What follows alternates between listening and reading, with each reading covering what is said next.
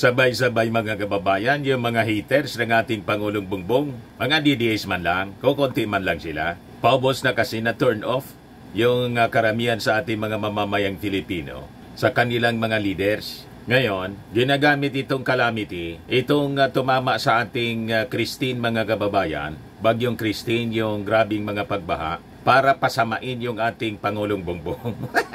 Basagin natin ngayon mga kababayan, yung kanilang mga propaganda. Mabilis silang magreklamo, mabilis bumatikos, pero mahina sa pagtulong.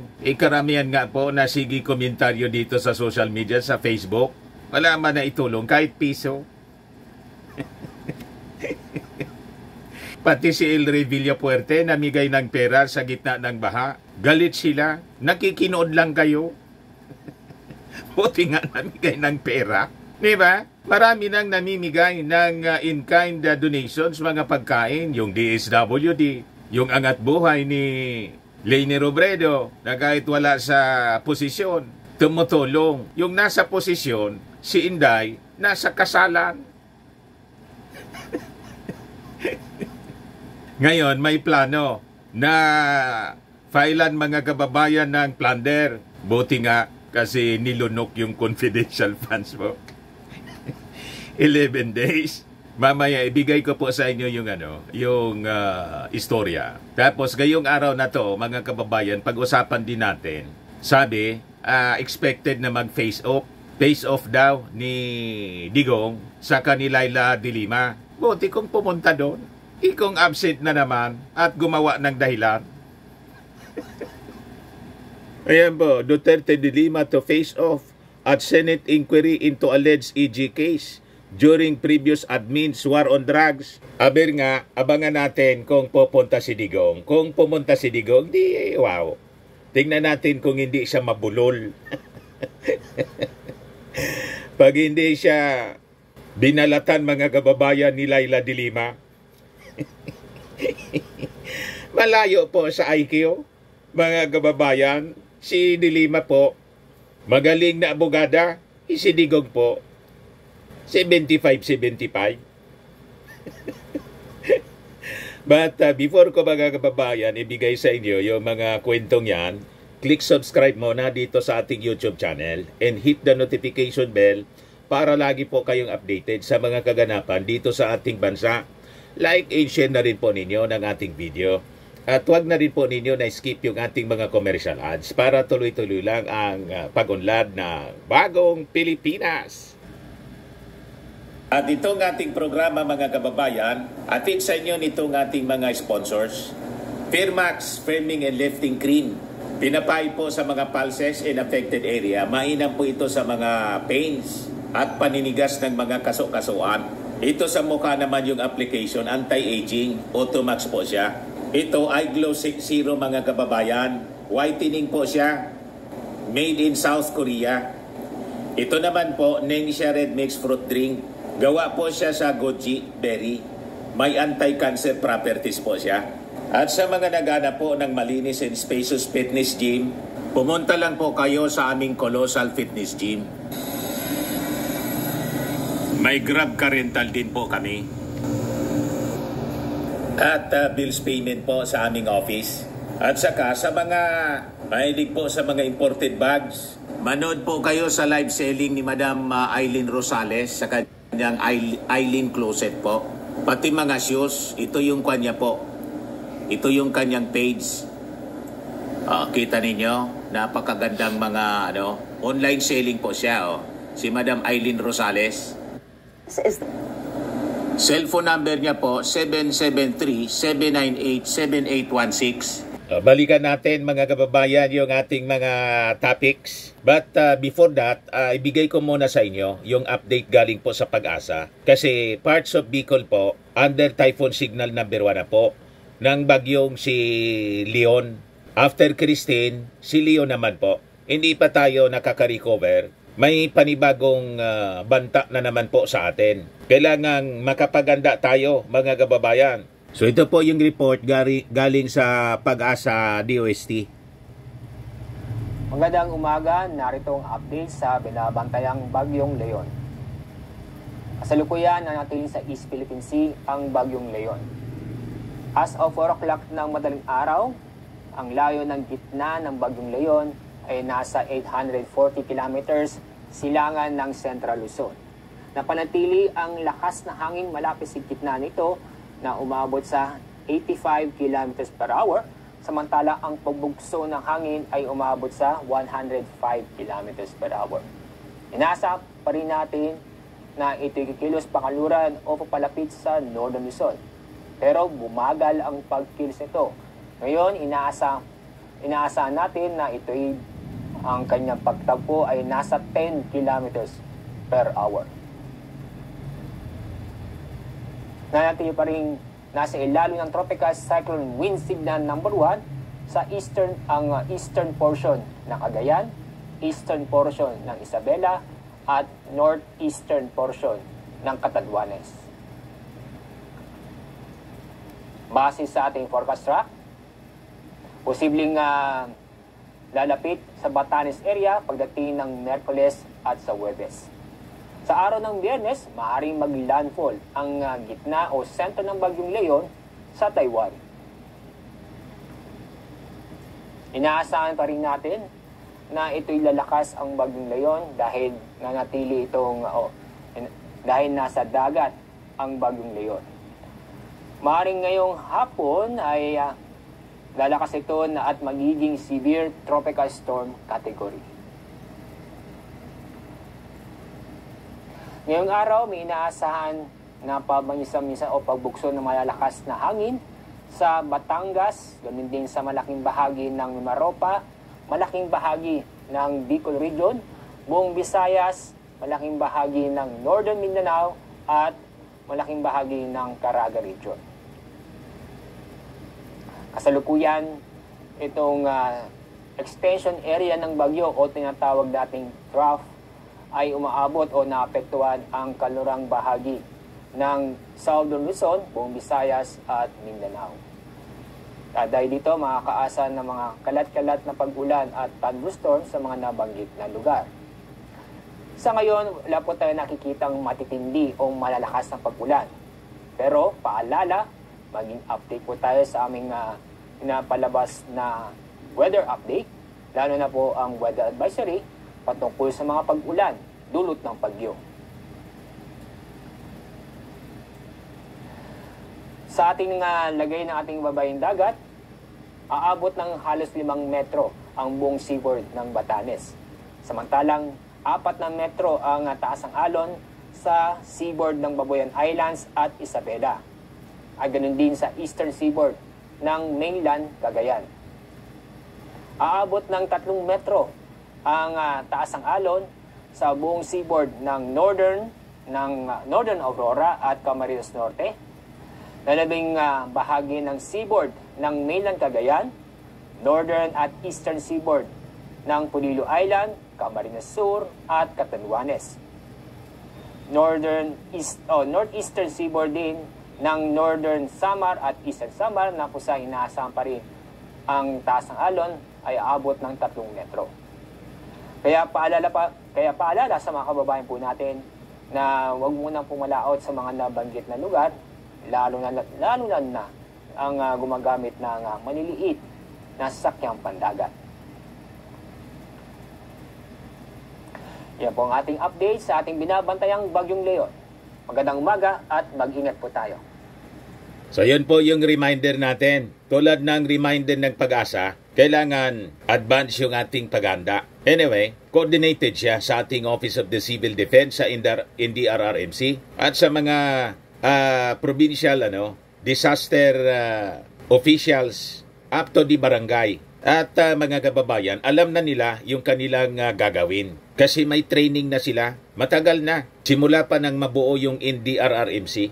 Ngayon, to give you an update kung ano ang ginagawa ng ating gobyerno, doon po sa Camarines Sur, mismo nang yung presidential chopper ang ginagamit para sa relief operations. Ito yung shinare sa atin ng Radyo Pilipinas. Albay, dumating na sa Camarines Sur ang presidential choppers na nagatid ng relief goods sa ilang malayo at liblib na lugar na naapektuhan ng pananalasa ng bagyo. Christine. Alinsunod ito sa direktiba at pangako ni President Bongbong Marcos na makapagpaabot ng tulong sa mga nasalanta sa lalawigan. May mga lugar kasi po na hindi maabot ng sasakyan kasi flooded pa po. Kaya helicopter talaga yung kailangan. Ito yung presidential chopper na ikinagalit ni Inday kasi gusto niya sana mga kababayan na gamitin personal. Atid sundo sa kanya pa Davao kasi gusto niya uwi-uwi lang siya. Ganon mga kababayan si Bratinela. Yan mismo yung kwento niya kasi gusto na daw niya na kasama niya lagi yung kanyang mga anak. Yun pala, maliliit pa yung mga anak mo. Dinala mo na lang sana sa Maynila. Nilipat mo na lang sana yung pag-eskwela ng mga anak mo. Or kung hindi, wala ka bang allowance? Transportation allowance sa Office of the Vice President para pwede ka naman mag-eroplano. Di ba? Kaya lang, ang kailangan mong eroplano niyan, dalawang eroplano. Kasi 400 yung mga kasama mong security. O di ba? Dalawang eroplano. O ito po, mga kababayan, yung presidential chopper. O di ba? Yan po. Ganyan yung ating Pangulo. Never yan na ginawa, mga kababayan ng mga previous administrations. Yung presidential chopper po, kanila lang.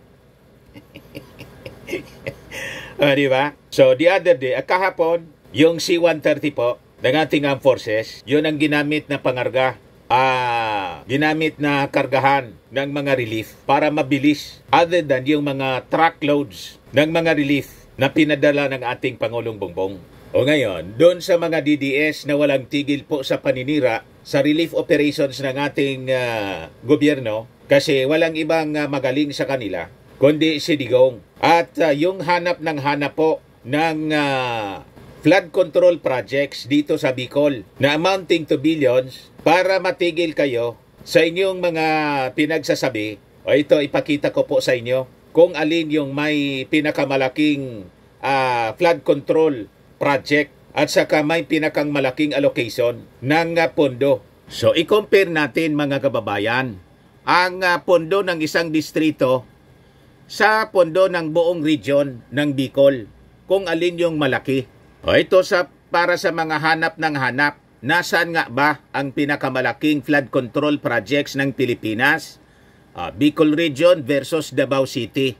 Sa buong Bicol Region, mga kababayan, yung allocation for 3 years, 24.096 billion pesos man lang.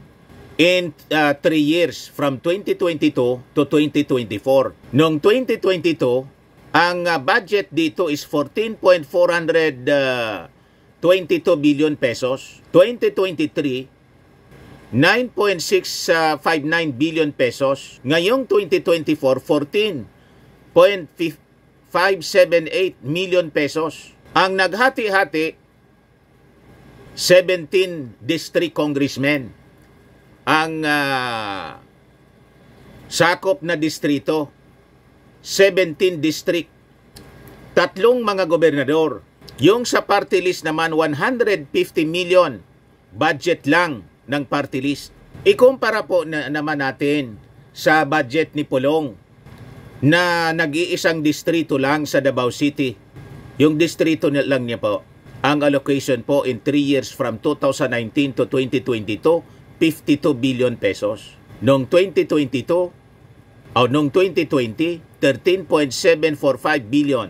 Noong 2021, 25 billion na tumataginting. Noong 2022, 13.04 billion pesos. Yan ang budget na inubos sa distrito ni Pulong Duterte, mga kababayan. Napakaliit na distrito as compared ninyo sa buong region ng Bicol. Hindi nga po mga lahati, yung sa buong Bicol region, 24 lang. Kay Pulong, 52 billion. Tanong, bakit binabaha pa rin ang Davao? Saan dinala? Bakit hindi ninyo hinahanap mga DDS? Saan dinala ni Pulong ang 52 billion pesos na pork barrel niya? At ano ang nangyari sa 11,340 na flood control projects ni Digong in 6 years? Natunaw na po ba yon? Nabaha na rin po? Nadurog na, naanod na ng mga baha? Bakit hindi man lang maramdaman ang buong Pilipinas? Yan ang tanong natin. Kasi hanap kayo ng diferensya. E di compare natin, mga kababayan, yung inubos na pondo ng mga Duterte at saka ngayong present administration. Napakalinaw po. Tamimi kayo ngayon. Siyempre, gagawin ninyo. Mananahimik kayo ng pansamantala. Then afterwards, aatake na naman kayo. Ganun ang mga ugali ninyo. O ngayon, nataraka daw yung ating administrasyon. Inutil daw, weak leader, may na yung response. At ang daming namatay at nadistroso ng bagyong si Christine. I-compare natin. Tingnan natin sa history ng mga bagyo. I-compare natin ang present administration sa past administrations, including Digong. Yan ang malinaw po na data. Nagbubulag-bulagan po kayo. Panahon ni President Noynoy Aquino, panahon ng Yolanda 2013, ang damage po umabot sa 76 billion 464 million 91,764 in 98 centavos. Yan ang damages. Ang losses po umabot sa 42 billion 729 million 96,725 in 90 centavos. Ang mga nangamatay umabot sa 6,300. Panahon ng Ondoy, 2009, panahon ni GMA. Ang damages po umabot sa 68 billion 228 million 400,000 pesos. Ang losses po umabot sa 137 billion 770 million 300,000 pesos. Ang mga namatay, 464. Panahon ni Digong, 2021, Odette.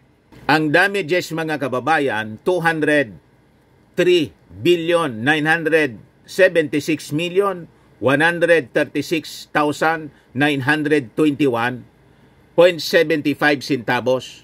Ang losses niya, 55 billion 68 million 632,574 and 69 centavos. Ang mga nangamatay, 406. Panahon ng tinatawag ninyo na weak leader, nataraka niya, hindi naghanda. Hindi pa yan naghanda. Wala pang paghanda, sabi ninyo. Kayo lang naman ang nagsabi na walang paghanda yung ating Pangulong Bongbong. Tingnan naman ninyo kung magkano inabot yung damages. Ayan po, Christine, 2004 at 2024. Initial data, damages, 855,130,698 pesos and 30 centavos. Hindi pa hindi pa umabot ng 1 bilyon. 825 million. Ang losses niya, 1 billion 690 million 397,589. 1 billion pa lang, 1.6 billion pa lang. I-compare mo kay Digong, 55 billion ang losses. Ang damages, million pa lang, 825 million. Kay Digong, 203 billion. Ilan yung fatalities? Yung mga nangamatay, 90. Ngayon po, sa update, nasa 100 na daw. At sigurado na po, hindi siya aabot ng 150 or 200. So hindi mga lahati. 1/4 lang, mga kababayan. Yung mga nangamatay as compared kay Digong. Nasabi ko sa inyo, ang pinakamalakas na calamity na tumama sa atin po, yung war on drugs ni Digong, 20,000. Mas matindi pa po, 20,000 plus. Sabi nga ng iba, umabot sa 30,000. Mas matindi pa po kaysa sa pinakang malakas na bagyo sa mundo. Yung Yolanda po, 6,300 lang yung namatay. Sa war on drugs ni Digong, 20,000 plus. You see? Kaya nga ngayon, tingnan natin kung haharap siya sa investigation ng Senado. Sabi ng iba, ang pinagkakaabalahan ng Senado, investigation laban sa EJK. Sino ba yung promotor ng investigation yan? Kung hindi si Bongo at saka si Bato. Yung war on drugs, investigation ng Congress, suspended po. Kasi sabi po ni Speaker Martin, wag na muna niya para may time kayo na tumulong sa inyong mga distrito, yung mga congressmen. Sinuspend po nila. Pero yung Senado, na gustong magkaroon ng parallel investigation in aid of Digong, ipinagpatuloy yung investigation ngayon. You see? Tapos, sasabihin ng mga DDS, walang tigil sa politika, sa gitna ng calamity. Ikayo yung walang tigil sa politika. Ang pasimuno ng Senate investigation, si Bongo at saka si Bato. Iniintay nga namin si Bongo at si Bato na bumisita man lang po dito. Yung mga senador po, tahimik. Ang nakita natin na tumulong, si Tulfo pa lang, mga kababayan. Yung Tulfo brothers. The rest po, tahimik. You see? Nauna pa kami, ako pribado, nauna pa kaming tumulong, mga kababayan. Ito po, mga kababayan, yung aming relief operation the other day. Nagpamudmod kami ng 26,000, kahit maliit po. Medyo maputik yung kalsada. Sa mga biktima ng baha. Ito po, mga kababayan, yung relief namin. Na baha kayo dito? Opo, nabaha. Sobrang baha. Ilang kilometers ito galing sa galing sa sentro ng UAS? Parang malayo. Layo. Yung Mga galing 4 po dito kilometers? sa Taba-Taba at saka yung sa Sapa. So pati pala kayo tinamaan dito. Opo. Ilang families kayong mga tinamaan dito? Marami po. Oo. So yung Kiwanis po, may dalang mga relief. Yan, mga in-kind. Kami naman po, ako yung taga-radyo. Yung dati, si Dante Maravillas po ako. Kaya lang, retire na ako ngayon. Kami naman po, sa Colossal Fitness Team and sa Bullseye News on the go, sa YouTube channel na po ako, mamimigay kami ng pera sa inyo. Tigpa 500. Okay lang ba sa inyo mamigay ako ng pera? Ha? Kung hindi kayo pumalakpak, baka hindi ko ituloy.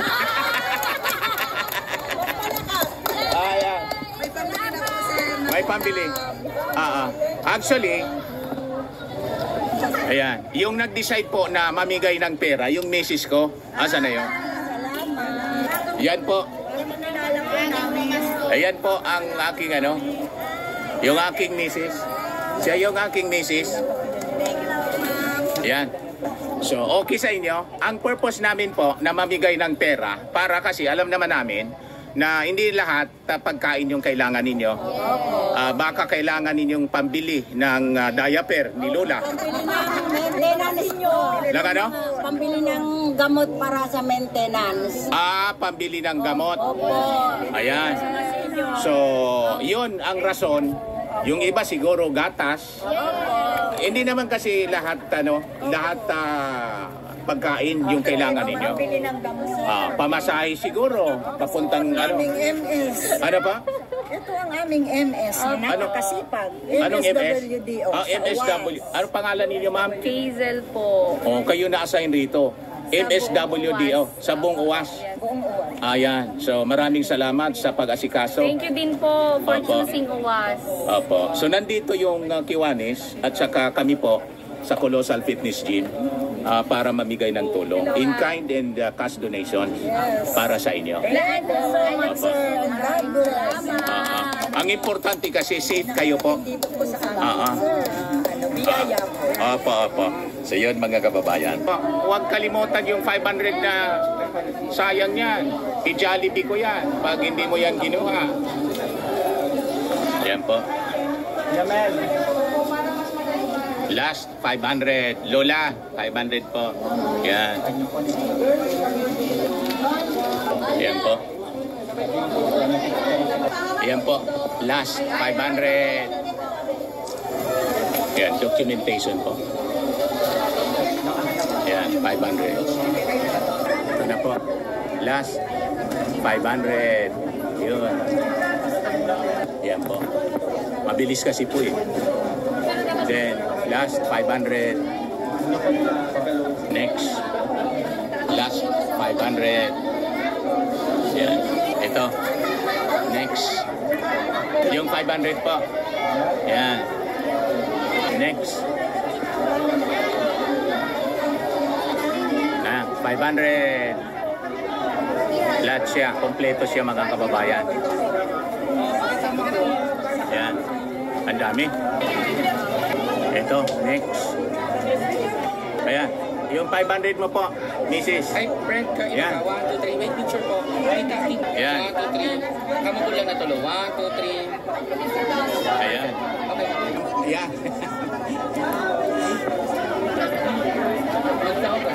Ayan. 500. Ayan po. 500. Ayan. Yun. Next. 500, Mrs. Huwag kalimutan yung 500. Yun. Mapera tong si ano? Si architect siya. At itong babaeng ito. Si, ano pangalan mo po? Namimigay ng pera. Maraming salamat, Kiwanis po. Operation Tulong Bicol. Nagipag-partner po kami para madali na lang. Madali yung pag-organize. Ayan po. Mrs. yung 500. Ayan. O, huwag kalimutan yung 500. Sayang yan. Pang Jollibee. Yun. Ayan po. Tinapay, bigas, container, chinelas. Ayan po. Ang daming tao. Tapos ito yung mga chinelas, mga kababayan. Yan, 500. Ayun. Ginawang electric fan ni Mrs. yung ano. Ginawang abaniko. Pamaypay yung pera. Matindi talaga itong asawa ko. Mrs. yung pamaypay niya yun. Pamaypay po ninyo, 500. Ayun. Buy naman o, Mrs. Buy naman o. Buy naman. Yun si masaya. O, gawin mong pamaypay, mami, yung pera, para dumami pa yan. Tolong. Yan ang aking asawa. Grabe po. O, si May. May, yung pera, Mrs.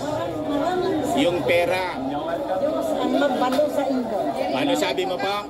Diyos ang magbalo sa Indo. Ayan, Diyos lang po daw ang mag-bless sa amin. Yan po.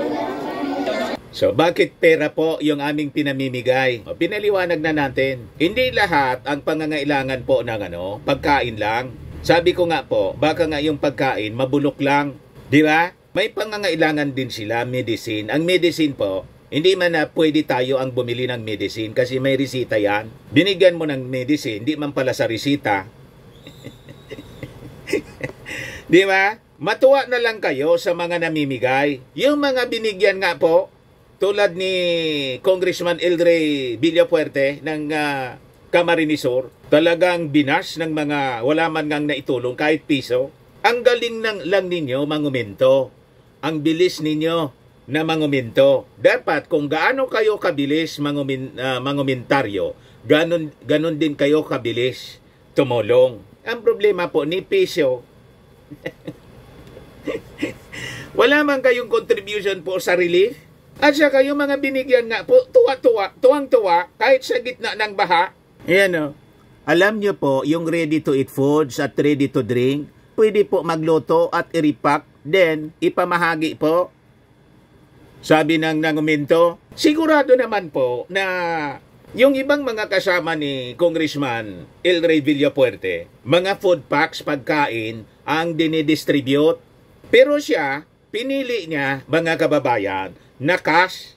Tama naman yung paliwanag dito ni Elray. O, sabi ni Elray, sabi raw, bakit cash? Sige po, baliktarin ko, magbigay ka ng relief bigas. Wala naman po silang panluto. nasa gitna sila ng tubig. Walang gasol and all. So yung pera, at least may pambili nila yun ng gasol paghupa ng baha. Di po ba? Isip-isip naman po. Ang problema, kung sino pa yung nakinood lang ni piso, wala man lang kayong naitulong. Ang bilis-bilis ninyong mangumento, mag-criticize, magbatiko sa social media. Mayaya naman kayo sa sarili ninyo, mga haters. Tumulong na lang kayo. Kung wala kayong maitulong, kasi masasama ang ugali ninyo, sarili lang ninyo yung iniisip ninyo, baka pwedeng manahimik muna kayo sa gitna ng calamity. Batikos kayong batikos, wala man kayong naitulong. Tama po? Sasabihin ng iba, dapat anya lunch pack. Di ano pang ginagawa ninyo? Magluto na kayo. Bili kayo ng lunch pack at i-distribute doon sa mga nagugutom. Daldal kayo ng daldal. Nakaupo lang kayo sa harap ng computer ninyo. Nandyan lang kayo sa bahay ninyo. Nakaupo, hawak yung cellphone. Facebook ng Facebook. At criticize kayo ng criticize. Wala man kayong pakinabang. Ganon talaga niya, Mr. Maravillas, yung mga tao na wala mang pakinabang. Mas mabilis sila na magbatikos at saka magreklamo. Yung tinutulungan nga po, tumatanggap ng pera po, tuwang-tuwa, walang reklamo, tapos kayo, marami kayong sinasabi.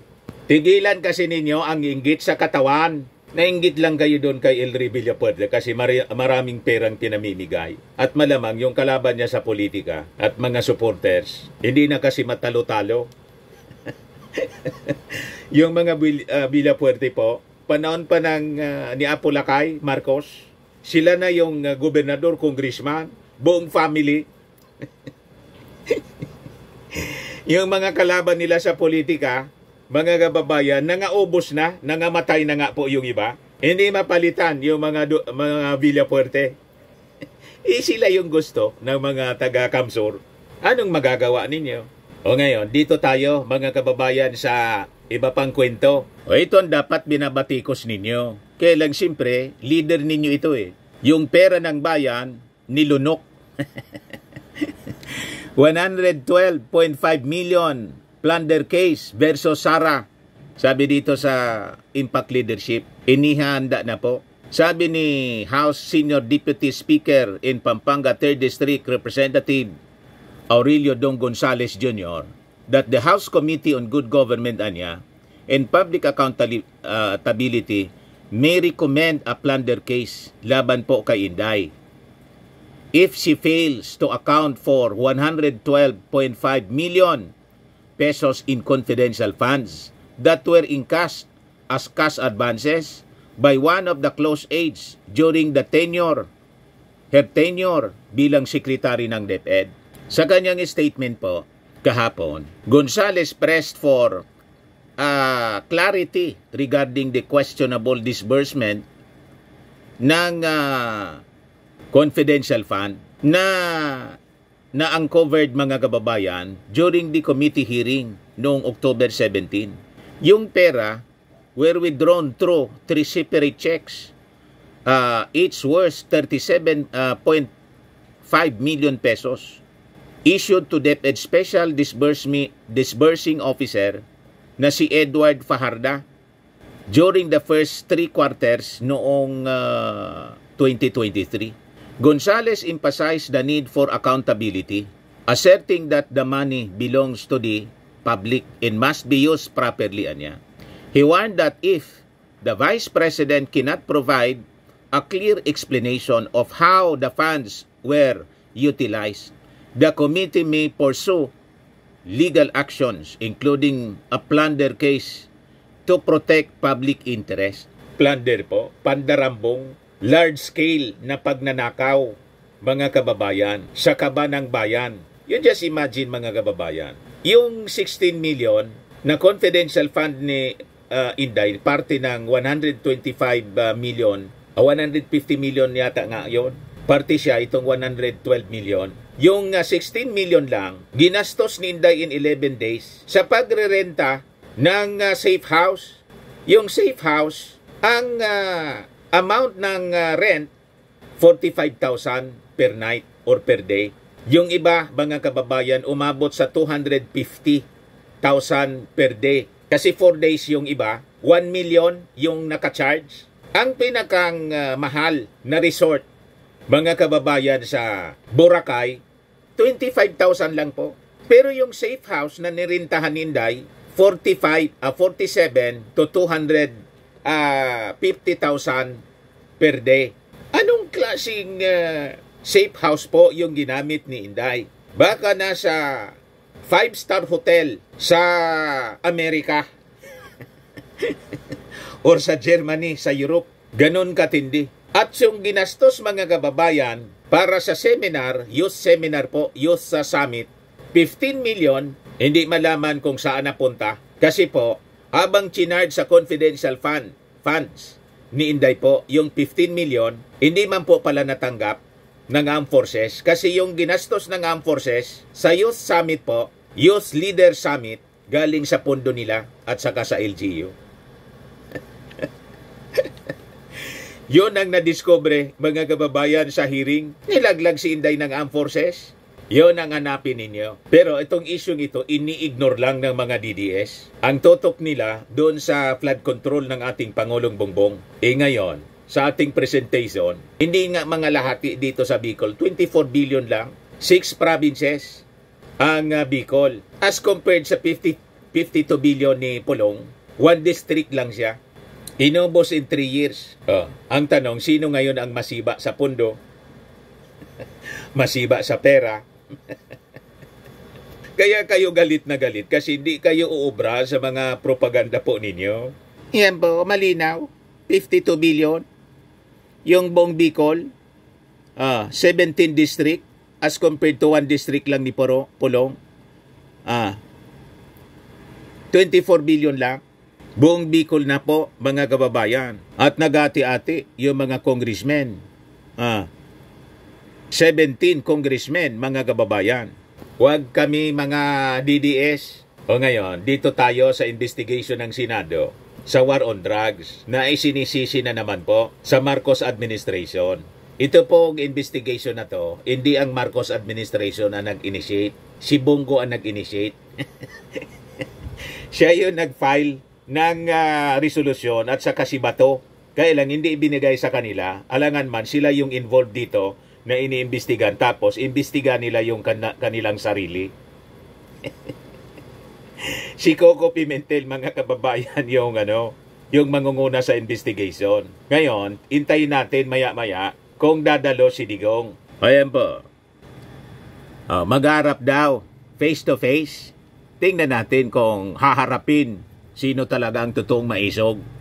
Isang Bicolana na babae o isang pinangangalandakan na sa maisog, matapang na dating Pangulo. Sabi dito, the Senate Blue Ribbon Subcommittee led by Senate Minority Leader Coco Pimentel will hear testimonies from key figures and families of alleged victims.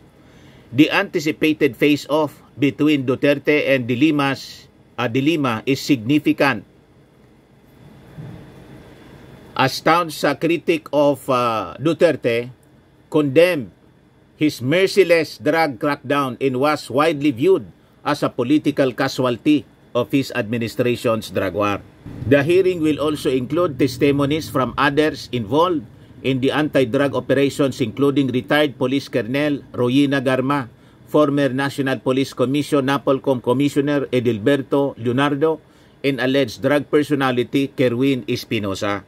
Senator Bato de la Rosa confirmed that Duterte will attend the proceedings. The Senate's investigation follows a similar House inquiry where Duterte was notably absent on October 22, reportedly due to health issues, as stated by his legal counsel, Martin Delgra III. Government records indicate that around 6,200 suspects were killed in anti-drug police operations between June 2016 and November 2021. However, human rights groups estimate the true toll could be as high as 30,000 due to unreported killings. Mas marami pa. Iyon ang pinakang matindi. na bagyo, mga kababayan, yung bagyong Tukhang AGK. Close to 30,000 po. Yung pinakamalakas na bagyo, si bagyong Yolanda po, 6,300 lang. You see? Ngayon, sabi po ni Pantaleon Alvarez, kung guilty niya, ang tingin nila, guilty si Digong, guilty lang din niya yung Kongreso. Kasi yung Congress niya yung nag-approve ng budget. Sinopalpal po ni Congressman Dan Fernandez. Sabi po ni Dan Fernandez, no cost to kill. There is no line item budget for murder. Wala pong pondo para pumatay ng walang kalaban-labang mga tao. Congress provided the necessary resources to fight the drug menace, not to fund a cash reward system that could encourage the killing of individuals without due process. Basag agad po si Alvarez. You see? Sa mga naghanap ng malinis and spacious fitness gym, pumunta lang po kayo sa aming Colossal Fitness Gym. We also offer Grab Car Rental with our brand new 2023 model ng Toyota Innova. We also accept booking for those who are planning to travel via PAL, Cebu Pacific, and other airline companies, local and international, and bills payment for Meralco Bills, PLDT, Aleco Bills, etc. Ang Colossal Fitness Gym is located at 3rd floor Security Bank Building, Lanco Business Park, Legazpi City, Albay. For inquiries, look for Chilon Maravillas. Contact number 0966-802-0949. Yan yung aming Innova. Lagi na pong matao sa amin. Pati mga foreigners po, tingnan ninyo, mga British tourists sila. Ang lalaki ng katawan na, mga kababayan, nag-gym sa amin. Ito naman po, Indian National. Ito mga mga European sila. Ito naman yung bago naming product na binibenta online, Eye Glow Serum. Whitening po siya galing sa South Korea. Tingnan ninyo yung epekto sa aking anak na architect entrepreneur, Riz Maravillas. For inquiries, look for Riz Maravillas on FB. Ito naman po, Firmax Firming and Lifting Cream. Pinapahid po ito sa mga pulses and affected area. Mainam po ito sa mga pains at paninigas na mga kaso-kasuan. Ito po, Automax Radiant Serum. Sa mukha naman yung application. Anti-aging po siya. You will look 10 years younger than your age. Sa mga cancer patients naman po, baka lang gusto ninyo itong itry. Nengxia Red Mixed Fruit Drink. Hindi man po siya gamot, food supplement siya. Kaya lang, gawa siya mga kababayan sa goji berry. Yung goji berry may anti-cancer properties. Yung mga inquiries ninyo, dumiretso na lang kayo sa aming messenger sa Facebook para masagot namin agad. Ayos po. Ako po si Dante Maravillas. Bye-bye. God bless.